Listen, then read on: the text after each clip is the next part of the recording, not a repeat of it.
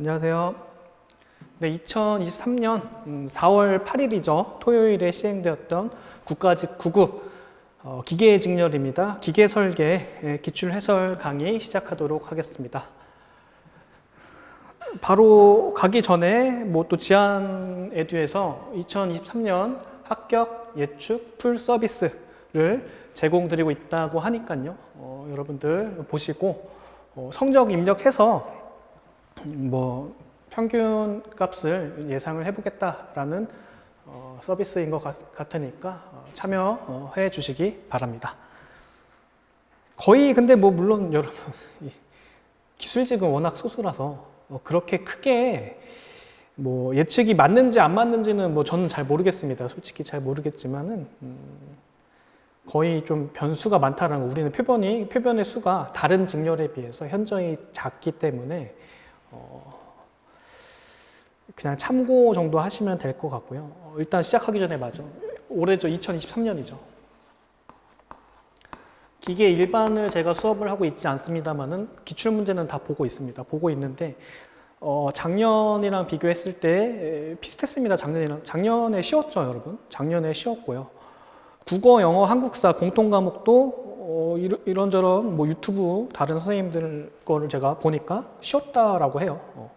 작년에 평균이 국가직 9급이 제 기억이 맞다면 90이 가산점 포함해서 90점이 넘었던 것으로 기억합니다. 그렇다라면 올해도 그 정도 이상, 그냥 제가 수험생이라면 내가 평균이 올해 90점이 넘었다라면 조금 마음 편히 있을 것 같고, 내가 90점을 넘기지 못했다, 80점대 후반이다라면 조금 이제 긴장을 하면서 마음은 어느 정도 내려두시고, 죄송하지만 마음은 좀 내려두시고, 우리 일정이 남아 있습니다. 아직 국가직 9급이 끝이 아니죠. 지방직도 있고 국회직렬도 있습니다. 국회직렬도 있고 군무원 시험도 있죠. 하반기 또 7급 시험이 있죠. 아직 여러 가지 시험이 남아 있기 때문에 너무 이제 결과 어차피 이제 답안지랑 이런 거 다 떠났으니까 예측에 너무 이제 시간을 쏟지 마시고 참고 정도 하시고 90을 넘었다? 그럼 기분 좋게 기다려 보시고 90을 넘지 못했다라면 조금 긴장하면서 70점대다. 죄송하지만은 이제 좀 공부를 더 열심히 하셔야 되는 그런 것으로 받아들이시고 앞으로를 준비를 하시면 되지 않을까 싶습니다. 그래서 문제 1번 보겠습니다. 기계 설계 시 작용되는 기하 공차 중 모양 공차가 아닌 것은 이제 기하 공차죠.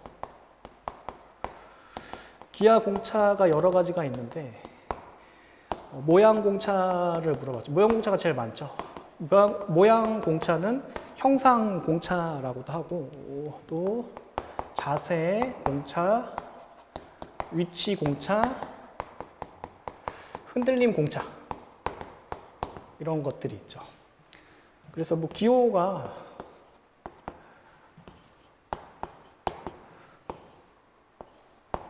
기호로 그냥 기억을 하고 계시면 좀 편하죠.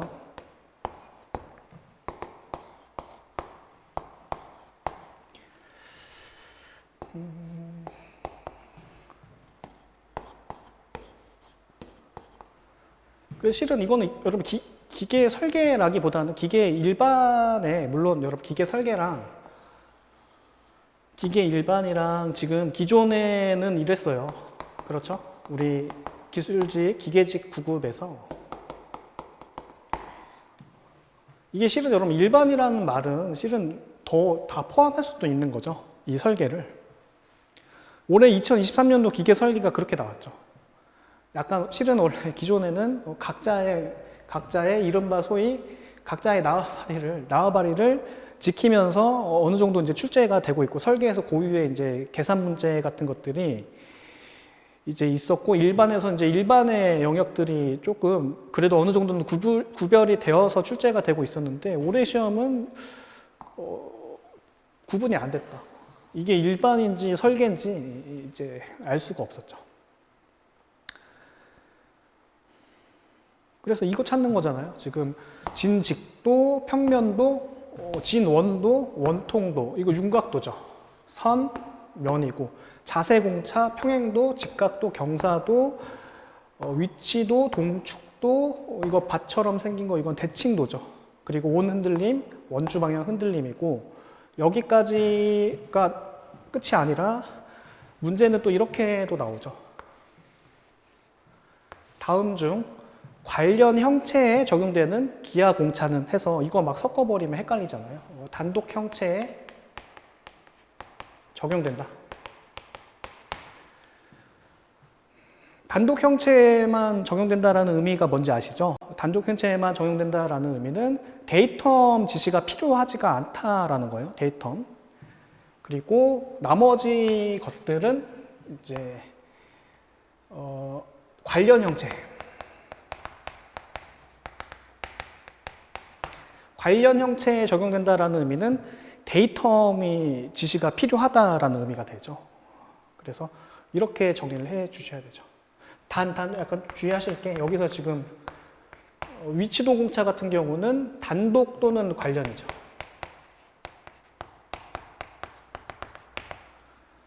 그래서 기하 공차 종류 정도는 이제 이 정도로 정리를 해주시면 될 것 같고 그냥 이런 식으로 물어보면 쉬운 문제 단독 형체냐 관련 형체냐까지 물어보시면 어려운 문제가 되는 것이죠.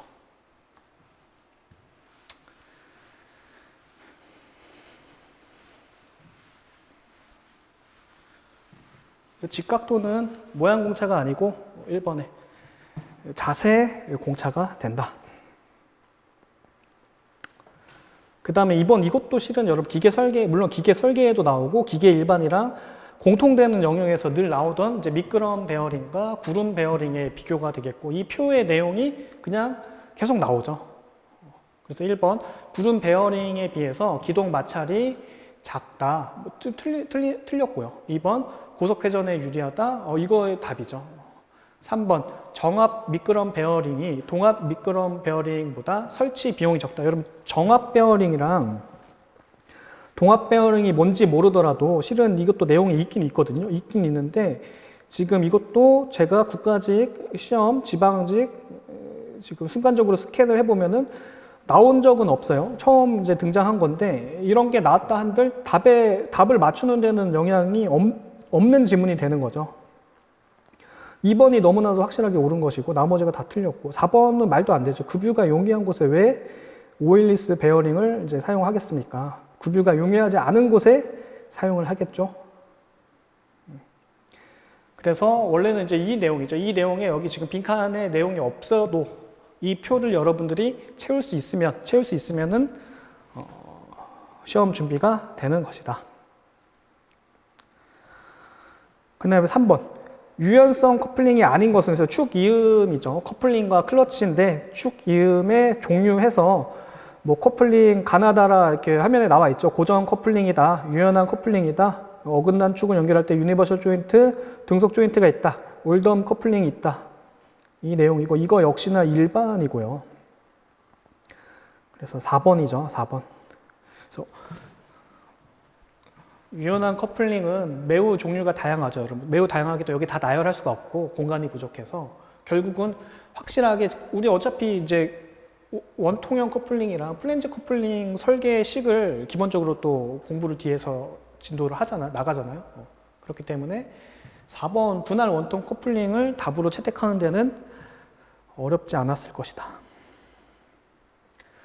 4번 이것도 그냥 계속 나왔던 전통적으로 나오는 유형이죠. 그림과 같은 단식 블록 브레이크에서 레버에 지금 105N이 작용할 때 제동 토크를 물었습니다.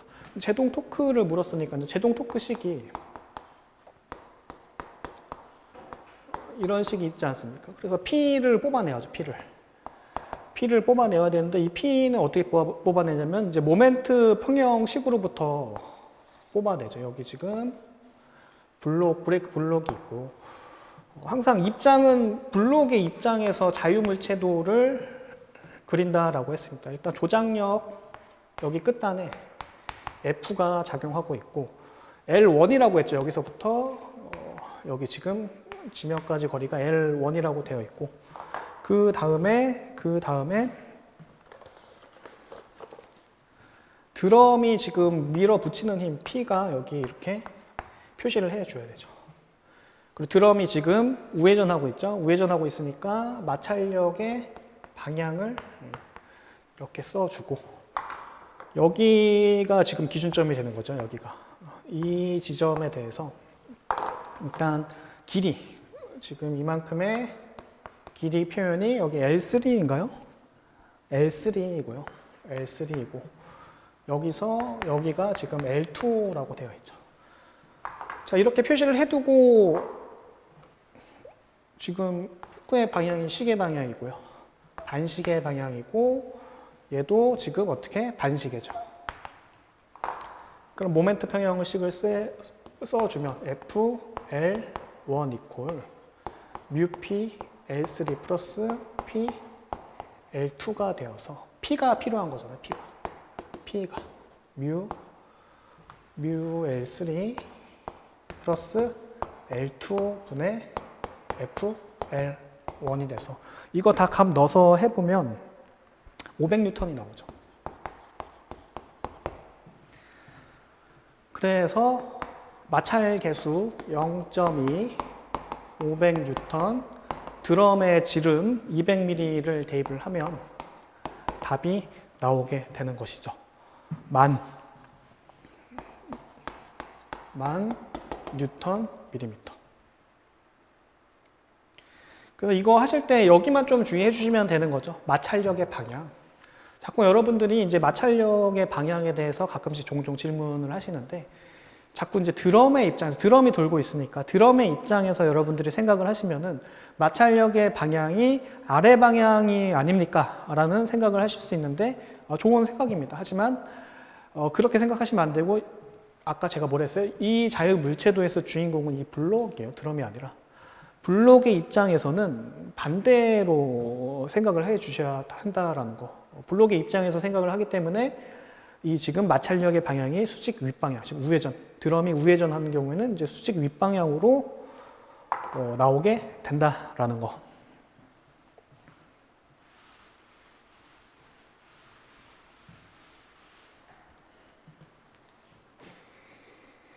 아직까지는 틀려야 할 문제가 없습니다.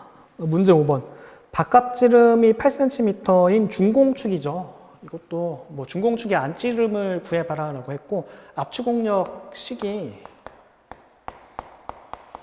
지금 뭐 제곱분의 하중 P에서 문제는 지금 안지름이니까 D1을 문제에서 물었습니다. 그럼 먼저 D2 제곱 마이너스 D1 제곱을 파이 시그마 C분의 4P가 되니까 파이는 3으로 한다 라는 융통성이 있었고, 압축응력 4메가파스칼 4메가파스칼 그대로 써줍니다. 4 곱하기 이제 8,400이 되죠. 4가 약분이 되고요. 3, 2는 6, 2,000, 2,800인가요? 2,800 제곱미리로 나오겠죠. 2,800. 제곱미리니까 얘를 지금 문제에서는 단위가 센티미터 단위로 나왔으니까 28 제곱 센티미터가 되겠죠. 아까 지금 바깥지름이 8cm라고 했으니까요. 따라서 D1의 제곱은 8cm의 제곱 마이너스 64 마이너스 28. 그러면은 64 마이너스 28이니까 64. 36 제곱 센티미터가 되니까 안지름은 6cm가 된다. 그래서 조금 너무나 좀 당황스럽죠, 여러분.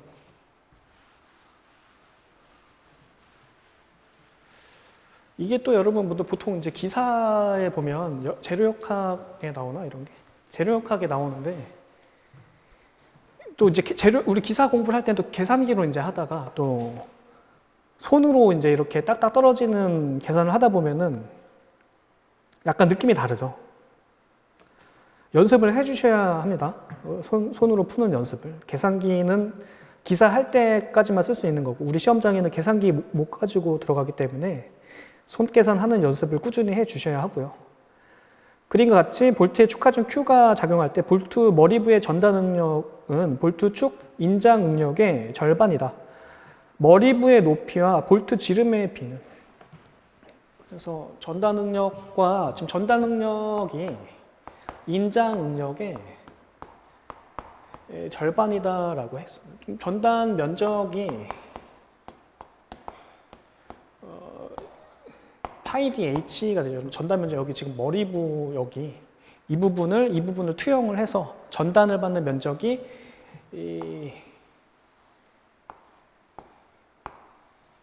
이런 면적이 되는 거니까 여러분 여기 칼로 여기 싹둑 자르면은 직사각형이 되는 거잖아요. 그래서 이만큼이 H가 되고 이만큼이 파이 dH가 되니까 전단 면적이 죄송합니다. 파이 D니까 파이 D. 파이 D가 되는 거니까 전단 응력이 지금 파이 dH당 Q, 축하점 Q가 되고 그 다음에 인장 응력은 이제 4분의 파이 D 제곱분의 Q가 되는 거겠죠. 그래서 이 관계로부터 지금 뭐를 D분의 H를 뽑아내라라고 했기 때문에 2분의 1이 된다라는 것이죠.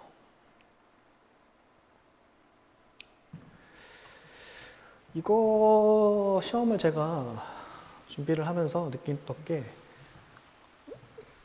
기존의 공무원 기출문제가 참고가 된 것이 아니라 기사시험 재료역학 파트가 많이 참고가 되었지 않았나. 자, 두께 5mm, 바깥지름 305mm인 원통형 압력 용기의 원주 방향 허용 응력이 90MPa일 때 용기 내 최대 허용 압력에 가장 가까운 것은 원주 방향 응력 시그마 1이 축 방향 응력이 2분의 1배죠. 최대 전단 응력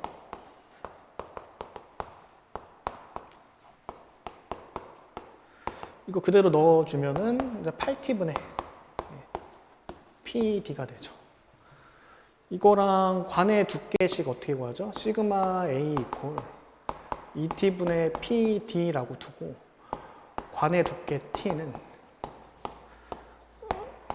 효율을 넣어주고 부식 여유까지 고려를 해준다. 식 하나, 둘, 셋, 4개.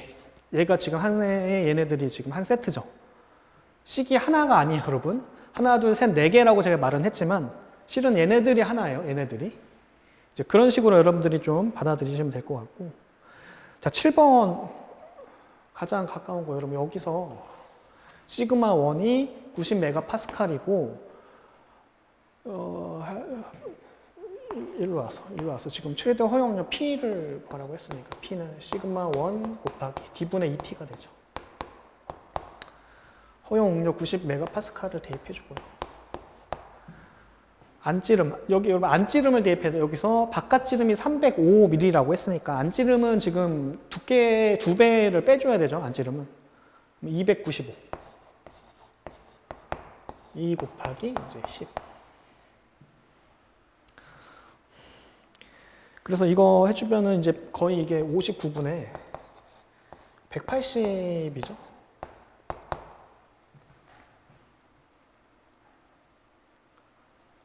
맞나? 5, 20, 5, 9, 45. 90분에 여기 죄송합니다. 제가 실수를 조금 했네요. T가 10이 아니고 5니까 여기 5를 대입해줘. 5를 여기 안찌름 구할 때는 이제 두께의 2배를 해서 빼줘서 295가 나온 것이고 그래서 59분에 180이 되니까요. 이거 가장 가까운 거 3이 된다. 3. 단위는 당연히 메가파스칼이겠죠.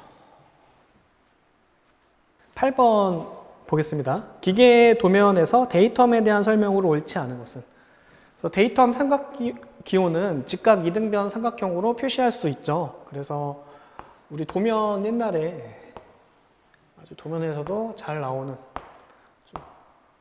간단한 축과 축 밑에 이제 판, 플레이트가 있다라고 했을 때 뭐 예를 들어 이 면, 이 면을 데이텀으로 삼고 싶다라고 하면은 이렇게 쭉 빼서 이런 거 다 만들잖아요. 칸을 만들고 여기다가 이렇게 지금 이렇게 해놓고 여기다가 데이텀 기호로 이렇게 문자로 표시하는 거, 지금 이거 말하는 거죠. 직각 이등변 삼각형이다라는 게. 그 다음에 2번, 공차 영역을 규제하기 위해 설정한 이론적으로 정확한 기하학적 기준이다. 이거는 뭐 데이텀의 정의가 되겠고요.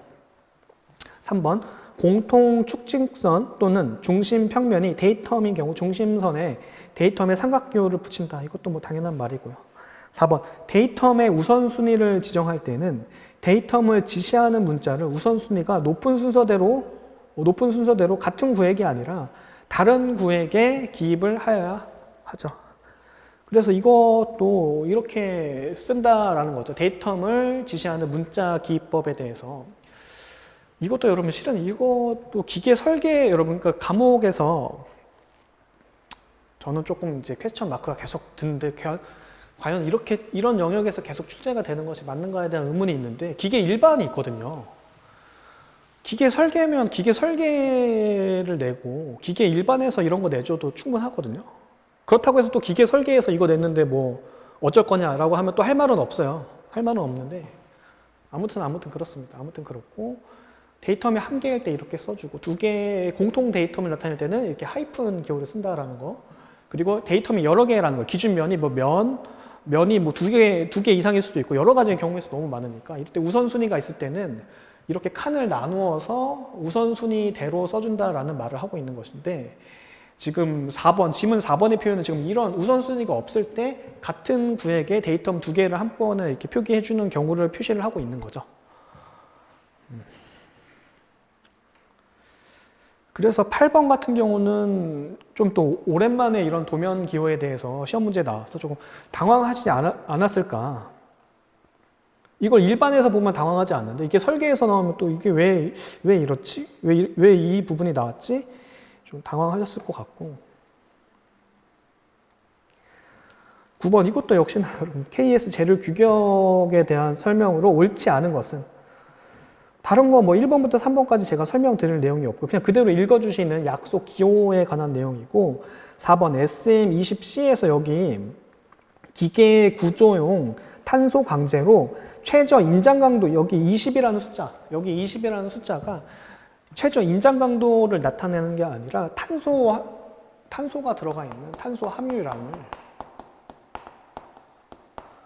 몇 프로? 0.2%. 20%가 아니라 0.2%를 나타낸다라는 것이죠. 그래서 9번까지도 또 이렇고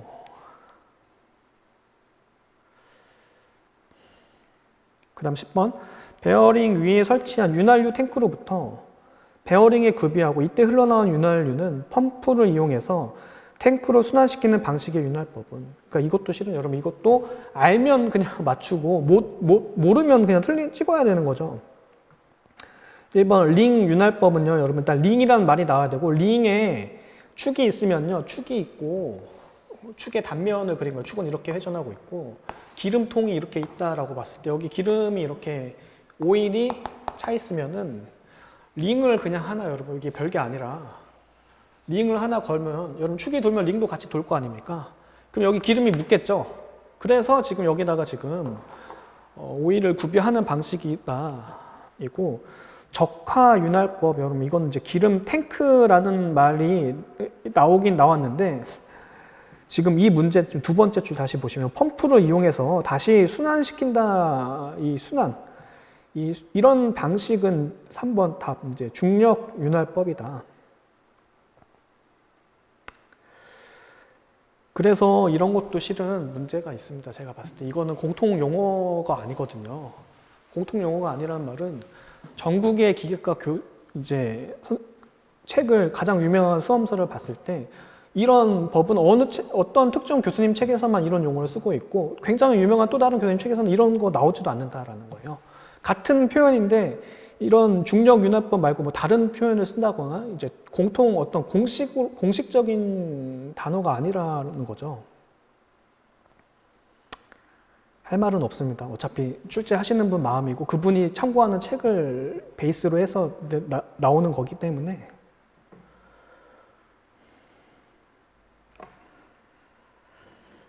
자, 11번. 축에 대한 설명으로 옳지 않은 것은 1번. 비틀린 모멘트만을 받는 원형 중실 축의 중심에 전달 능력은 없다. 이거 전달 능력 공식. 이제 비례 관계니까 여기다 이제 전단 탄성 계수만 추가를 시켜서 비틀림 응력 처음 나오는 식이죠. 당연히 중실 축의 중심에서는 이제 R 값이 0이니까 이 식에 근거하면은 전단 응력은 0이 된다라는 말을 하고 있는 것이고 2번 바흐의 축 설계 조건은 굽힌 모멘트를 받는 축의 강도가 몇 말입니까? 바흐 나오는 순간 강도가 아니라 강성이죠. 강성 설계에 사용된다라는 말이고 바흐의 축 공식도 여러분 식 자체로 묻기 때문에 암기를 하셔야 됩니다, 여러분. 암기를 적진 않고 넘어갈게요. 이미 앞서서 계속 다 봤던 내용들의 반복이기 때문에. 3번, 묻힘 키를 사용하는 경우 키 홈의 영향으로 당연히 강도가 저하되겠죠. 4번, 같은 크기의 토크를 전달할 때 중공축이 중실축에 대해서 무게를 더 가볍게 할 수 있다. 이것도 이미 충분히 다루었던 지문이기 때문에 넘어가도록 하겠습니다. 다 증명까지 했습니다. 12번, 안찌름이 200ml인 관 속을 흐르는 유체의 평균 유량이 유체의 평균 유속. 이것도 그냥 식을 알고 있으면은 저 유량식이 단면적과 평균 유속의 곱인데 이것도 너무 좀 황당했죠. VM을 물었어요. 그러면은 4분의 파이 D 제곱분의 Q 노트가 돼서 파이는 3이고요. 안찌름 D가 지금 200ml인데 0.2m 단위로 바꿔주어야 하고 유량이 0.3이라고 했죠. 그래서 10m/s로 나온다.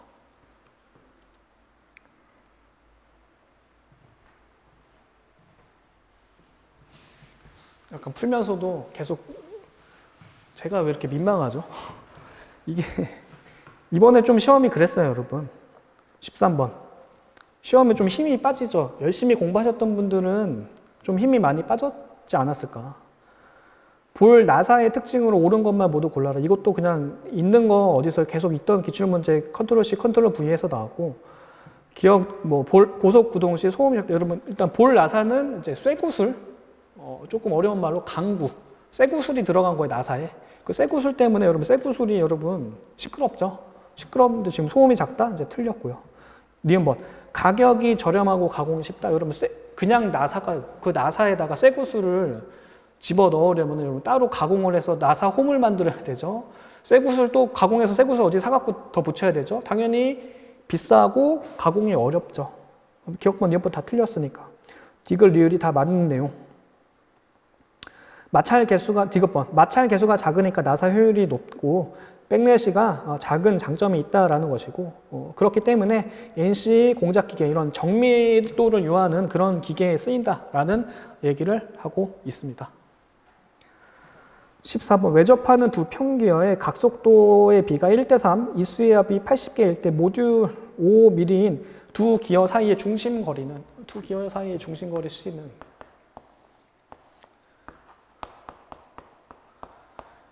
그래서 D는 mg 공식이 있죠. 여기서 끝났죠, 실은 문제가. 여기 이수비, 각속도비가 1:3이다 이런 내용이 있었는데 이것도 필요 없이 모듈이 5고 이수의 합이 80이다.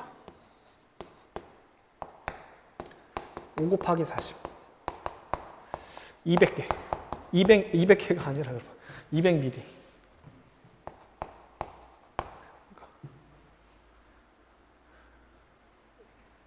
하여튼 기출문제가 사람의 기운을 조금 빼가는 약간 그런 축 처지게 하는 그런 기출문제예요, 저한테는. 15번. 벨트 전동과 체인 전동에 대한 설명으로 옳지 않은 것은 1번. 벨트 전동은 피동축에 과부하가 걸렸을 때 충격을 흡수할 수 있다. 벨트는 여러분 탄성이 있으니까 체인보다는 탄성이 있으니까 충격을 흡수할 수 있고요. 2번 답이죠. 벨트 전동은 초기 장력이 필요 없는 반면 체인 전동은 초기 장력이 필요하다. 반대로 써놨죠. 벨트 전동이 초기 장력이 필요하고 체인 전동이 초기 장력이 필요하지 않다. 3번 벨트 전동은 마찰에 의한 전동이 있고 체인 전동은 맞물림에 의한 전동이다. 4번 체인 전동의 장점을 얘기하고 있네요. 미끄러짐이 없어서 일정한 속도비를 얻을 수 있다. 그런 장점이 있다라는 것이고 16번 플라이 휠이죠. 플라이 휠 이것도 식이 몇 가지 있습니다. 몇 가지 있는데 여기는 그냥 단순히 에너지, 지금 전단기가 한 1, 자 킬로줄 단위로 물었고요. 질량 간섭 모멘트 I가 나왔으니까 델타, 자 에너지는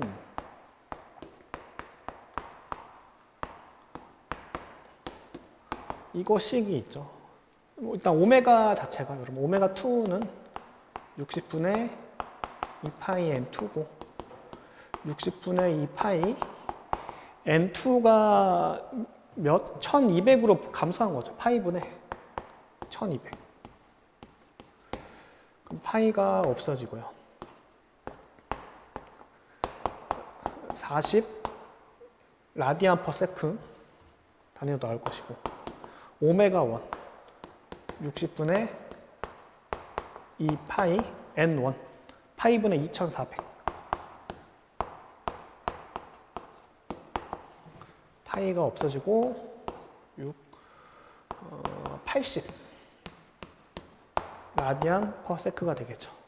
그대로 주어진 거 대입해주면 2분의 1 I가 지금 4고요. 4 어차피 변하니까 그냥 제곱 빼주면 되겠죠. 80의 제곱 6400 마이너스 40의 제곱 1600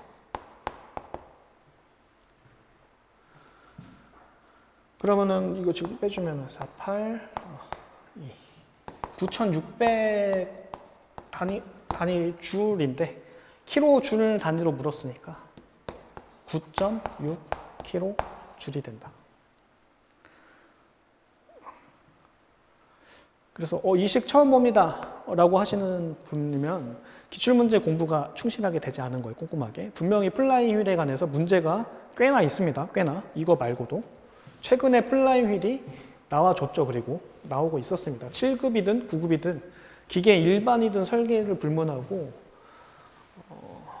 나오고 있었기 때문에 이거조차도 틀렸다라는 것은 이번 시험에 좀 대비가 조금 부족했다라는 것을 스스로 인정하게 되는 것이고 17번 두께 10mm인 평벨트로 연결된 원동축 풀리와 종동축 풀리를 각각 지금 회전시키려고 할 때 종동축 풀리의 지름을 물었고요. 원동 풀리의 지름이 600이죠. 벨트 풀리죠.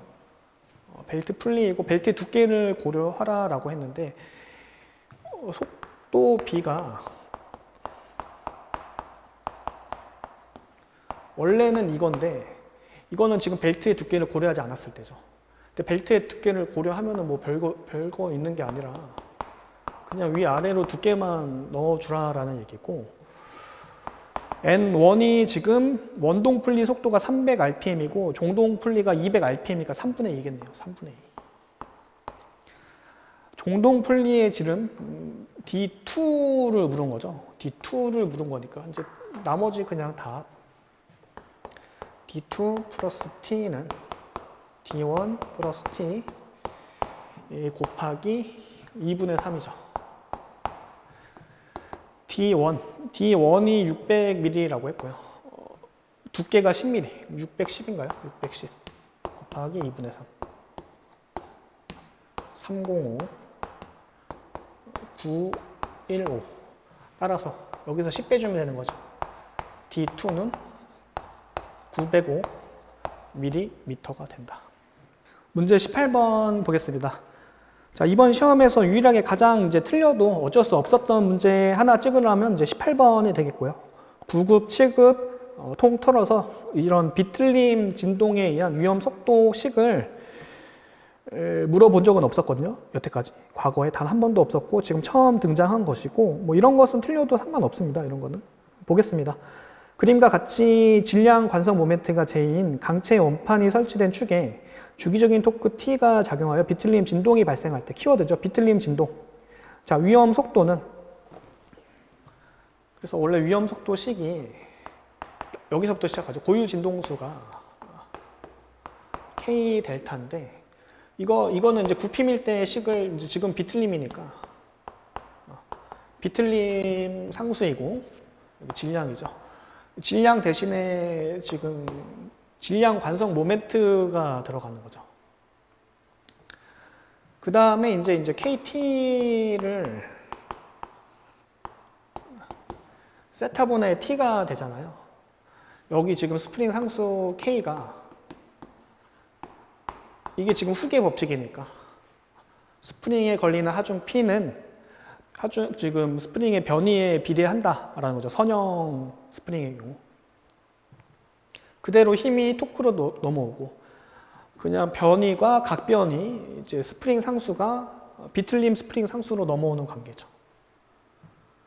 그래서 여기 세타 대신에 비틀림 각은 GIP분의 TL이라는 식을 넣어서, 여기 세타 있고 여기 T 있으니까 세타분의 T는 L분의 GIP이고, 지금 그림을 보아하니 원형 단면 봉이죠. 원형 단면 봉이니까 IP 대신에 32분의 파이 D 4승을 대입을 한다.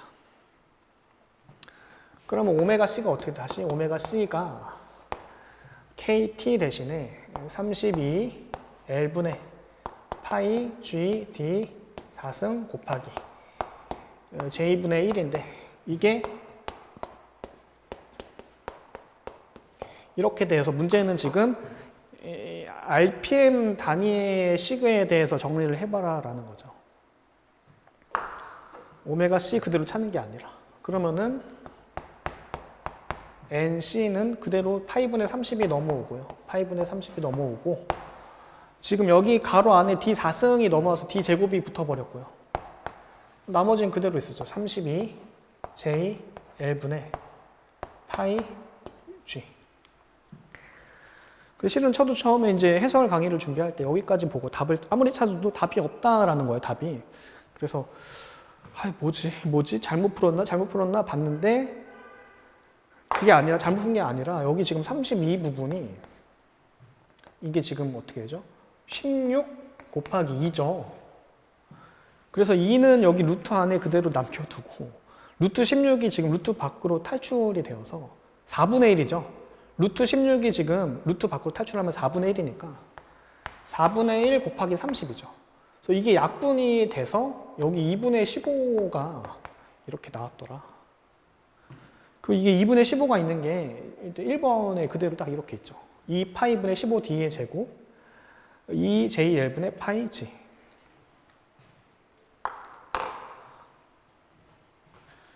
그래서 이거는 좀 문제가 어려웠죠. 식을 여러분들 많이 보시는 수험서에도 이 식은 없을 것이고, 가장 바이블이라고 하는 홍장표 교수님 책에도 이 식은 없거든요.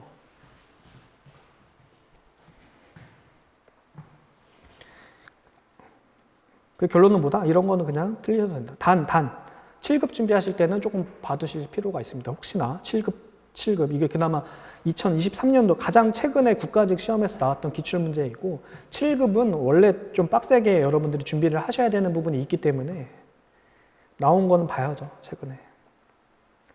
그 다음 19번 내접 원통 마찰 차에서 축간거리 차가 나와 있고요. 원동 차의 회전 속도가 1000, 종동 차 250, 마찰 차를 밀어붙이는 힘이 600N일 때 최대 전달 동력은, 마찰 차의 최대 전달 동력 H는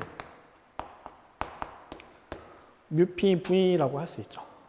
뭐 1000으로 나눠주면 킬로와트라고 하고, 어쨌든 지금 마찰 계수 0.2고요. 마찰차 밀어붙이는 힘이 600N입니다. 그럼 뭐야? 지금 원주 속도 V만 구하면 되는 거죠, 원주 속도. V1을 구하든 V2를 구하든 상관없어요. V1은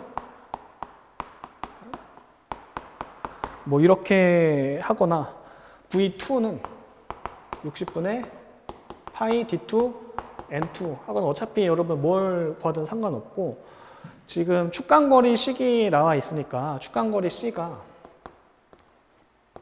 내접입니다. 외접이 아니라 큰 거 지름에서 작은 거 지름 빼서 2로 나눠주는 거죠. 이렇게 해놓고 지금 회전 속도의 비가 1000과 250이죠. 어쨌든 큰 게 느리잖아요, 여러분. 그러면은 D2가 크다라고 봤으니까 4배가 더 커야죠. 그래야지 속도가 지금 4배의 관계니까 크기 관계가 4배가 된다라는 게 속도비잖아요. 그럼 이분의 D2를 대입해주면 4D1 마이너스 D1이 축간거리 600. 자, 축거 600mm 나왔으니까 D1은 600 곱하기 3분의 2. 400mm가 되는 거죠. 일단 D1 나왔으니까 D1 나온 거 그대로 가서 60분의 파이 곱하기 D1 400mm 곱하기 N1. 원동의 속도가 1000rpm입니다. 근데 지금 미터 퍼 세크로 나와야 되죠. 그러면 이게 지금 이게 밀리미터 단위였으니까 1000으로 나눠버리면 없어지고 그러면은 60분의 지금 3분의 20파이 미터 퍼 세크로 나오겠네요. 따라서 전달 동력 다시 H는 마찰 계수 0.5분의 1 600 3분의 20파이 20 80 파이 줄 퍼 세크로 나오겠죠.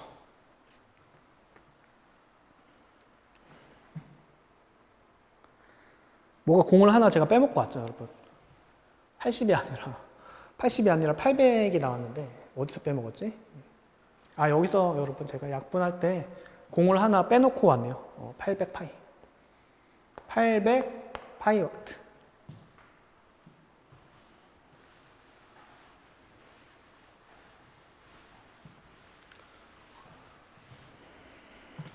그 다음 마지막 문제 20번. 와이어 로프에 대한 설명으로 옳지 않은 것은? 자, 1번 철 또는 강철에 철사를 꼬아서 만들죠. 와이어 로프. 그래서 2번 윈치, 기중기 등의 동력을 전달할 때 사용을 하고요.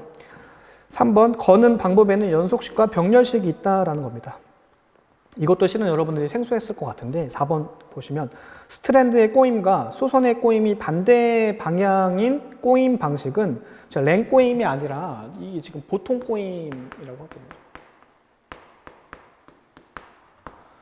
그래서 소선을 먼저 여러분 소선은 아주 실들을 꼬아서 소선을 하나 만들고 이 소선들을 또 여러 가지가 소선들이 가닥들이 이렇게 나올 거 아닙니까?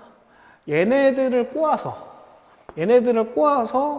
이 한 단위가 이제 스트랜드가 되는 거거든요.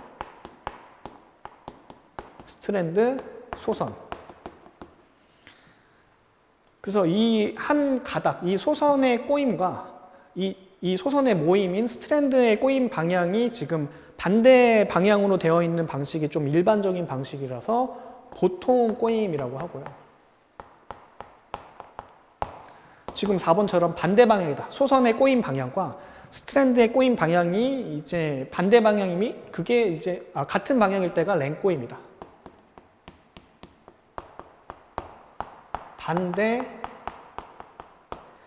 동일 꼬임의 방향이. 그래서 20번도 여러분 만약에 생소했다 한들 내가 이런 거 랭 꼬임이 뭔지 보통 꼬임이 뭔지 몰랐다 한들 이것도 제 추측이긴 합니다만 별로 틀렸을 분은 없을 것 같다. 왜냐면 1번, 2번, 3번에서 특히 1번을 답을 찍을 것 같진 않고요. 1번, 2번은. 너무나도 1번, 2번은 답이 아니라고 스스로 이미 그 분위기를 풍기고 있고 지문 자체에서 3번 아니면 4번 중에서 여러분들이 이제 고민했었을 것 같은데 4번이 너무나도 자기가 답인 척을 너무 4번이 하고 있기 때문에 실질적으로 처음 봤다 한들 공부를 안 한 부분이라 한들 정답률은 꽤 높을 것 같다라는 게 제 추측입니다. 어디까지나. 그래서 20번까지 다 풀어봤고요. 2023년. 어때요, 여러분? 시험 문제가 여러분 시간이 이번 이제 국가직 9구 같은 경우는 여러분들 시간이 부족하진 않았을 것 같고, 왜냐? 기존에 지금 계산형 문제가 개수가 대부분이 원래 기계 설계에서 계산형이 주를 차지했었는데 거의 그냥 계산형이 없었죠, 이번에. 없었고, 있었다 한들 굉장히 단순하게 그냥 식을 알고 있으면은 무리 없이 이제 푸는 그런 문제였기 때문에 여러분들이 시간이 부족하진 않았을 것 같다라는 게 이제 제 생각이고, 대신 이런 이제 이게 일반형, 기계 일반. 이거 지식형이라고 하죠. 문제의 분류를 이렇게 지금 문제의 지문에 정오를 가리는 이런 기계 일반 스타일의 이런 문제는 시간이 걸리는 게 아니라 내가 알고 있으면 정리가 되어 있으면은 답을 맞추고 정리가 안 된 부분이면 이제 틀리고 이제 그런 부분이잖아요. 그래서 기계 일반에 강했던 수험생 분들한테는 조금 더 유리했을 것 같다라는 생각인데, 과연 전체 준비하시는 분들이 누가 자신 있게 내가 기계 일반과 기계 설계가 있으면 나는 기계 설계보다 기계 일반이 더 자신 있다라고 할 만한 수험생 분들이 과연 있을까라고도 또 한번 생각을 해볼 수가 있죠. 잘 없겠죠, 여러분. 기계 일반은 말 그대로 범위가 없고 너무나 방대하기 때문에 누구나 자신 없어하고 좀 정리가 힘들어하는 부분이 있죠. 그래서 어찌됐든 여러분들 지금 요즘 추세가 다 이 정도란 말이에요. 가산점 포함해서요. 면접으로 이제 가시고 합격을 하시려면은 국어, 영어, 한국사도 잘 해야 되고, 전공도 진짜 한 3, 4년 좀 그렇고, 한 5년 전 정도만 하더라도 전공은 한 80점대, 70점대 후반 맞으셔도 관계가 없었는데 점점 컷이 계속 올라가고 있기 때문에 올해도 물론 이제 결과가 나와봐야 알겠지만은 여러분들이 좀 안심하고 기다리시는 점수는 저는 이거라고 생각을 하고요. 물론 떨어질 수도 있어요. 떨어져도 80점대 후반은 그 정도 돼야 좀 안정권이지 않을까. 80점대 후반도 실은 모르겠습니다. 저는 90점, 무조건 90점. 90점은 넘어야 여러분들이 좀 안심하고, 그리고 마지막으로 여러분은 이쪽을 좀 오시면은 2023년 이제 4월 8일이 끝났고, 남았죠. 이제 앞으로를 생각해야죠. 지금 4월 8일 국가직 9급부 끝났어요, 여러분. 끝났고, 어쨌든 아직까지 공무원 시험 여러분 올해 남은 시험을 여러분들이 준비하셔야 된다. 그리고 하실 입장이다. 라면은 이제 선택을 하셔야 돼요. 제가 이거 써놓고 드리고 싶은 말은 딱 하나예요, 여러분. 이거 순서대로 준비하시지 말라는 겁니다. 국가직 9급 끝났으니까 지방직 9급, 지방직 9급 끝났으니까 한 달 있다 국가직 7급 1차, 끝나고 2차. 이렇게 되면은 이거 계속 연쇄적으로 여러분들이 좀 힘들거든요, 되기가. 이게 현실적으로 그래요. 이게 7급, 여러분 7급은 어렵다라는 거를, 쉽지 않다라는 거 여러분들이 부정하실 분은 없을 것이고, 현실적인 준비 시간을 말씀드리는 거예요. 물론 여러분 국가직 9급에서 설계와 일반이 있으니까 이거 그대로 내가 공부를 열심히 잘 준비했다라는 가정하에 설계가 그대로 7급에 들어가죠. 기계 일반에 또 7급 공작법이 있죠. 그래서 1차 피셋은 뭐 그냥 유형 정도만 보고 어차피 10배수 정도 뽑으니까 1차 피셋은 그냥 보고 2차에서 추가되는 게 자동 제어랑 물리. 단 2과목만 있으면 되니까. 자, 끝나고 또 지방직도 공부 열심히 하시다가 이때 끝나고 이때쯤 이제 지금 6월 10일이죠. 6월 10일이 끝나고 또 일주일 쉴 거 아닙니까? 6월 말이에요. 그럼 7월이에요. 7월, 8월, 9월이에요. 2차까지. 국가직 7급 2차. 3개월 좀 넘는 시간입니다. 3개월 반 동안 자동 제어랑 물리 2과목만 하면 되니까 7급도 한번 도전해봐야지. 약간 이런 마인드면은 조금 저는 말리고 싶어요. 만약에 저희 친척 동생이라거나 친한 동생이다라면은 그게 현실적으로 쉽지 않거든요. 이거 2과목만 끝내는데 여러분, 물론 사람마다 차이는 있습니다. 3달 갖고는 힘들다라는 거예요. 7급에 끝낸다라는 의미는 뭐예요? 이 7급을 준비하시는 분들 중에서도 그 중에서도 상위의 성적을 거두신 분들이 7급에 합격을 하겠죠. 그런 상황으로 만드는 게 3개월 갖고는 이 두 개로는 좀 부족하다. 부족하다. 거기나 그리고 9급에서의 여러분들이 또 설계가 있고 일반에서의 이제 공작법이 있는데 7급은 또 다르거든요, 여러분. 또 준비하셔야 될 게 더 좀 보셔야 될 게 있고 더 꼼꼼히 보셔야 되고 식을 좀 더 정리하셔야 되고 그렇기 때문에 여러분들이 만약에 7급으로 가실 거면 지방직은 버리시고 지금부터 하셔야 되고 지금부터 하셔도 실은 쉽지 않습니다. 지금부터. 이거 제가 여러분 괜히 7급 강의가 제가 주긴 한데 7급 강의 홍보 뭐 이런 게 아니라 객관적인 걸 말씀드리고 싶은 거예요. 그래서 지금 선택을 하셔야 된다. 7급으로 만약에 가실 거면 지금부터 준비하셔야 돼요. 그래도 지금 쉽지 않고요, 실은. 작년부터 계속 꾸준히 7급만 보고 달리시는 분들이 얼마나 많은데요. 그러니까 어정쩡하게 끝났으니까 일정에 맞춰서 그렇게 하시지 말고 여러분들이 명확하게 목표를 보시고 그렇게 앞으로 남은 지금 일정을 잡아달라라는 말씀을 드리면서 이번 해설 강의는 이제 여기서 마치도록 하겠습니다. 네, 여러분 수고하셨습니다.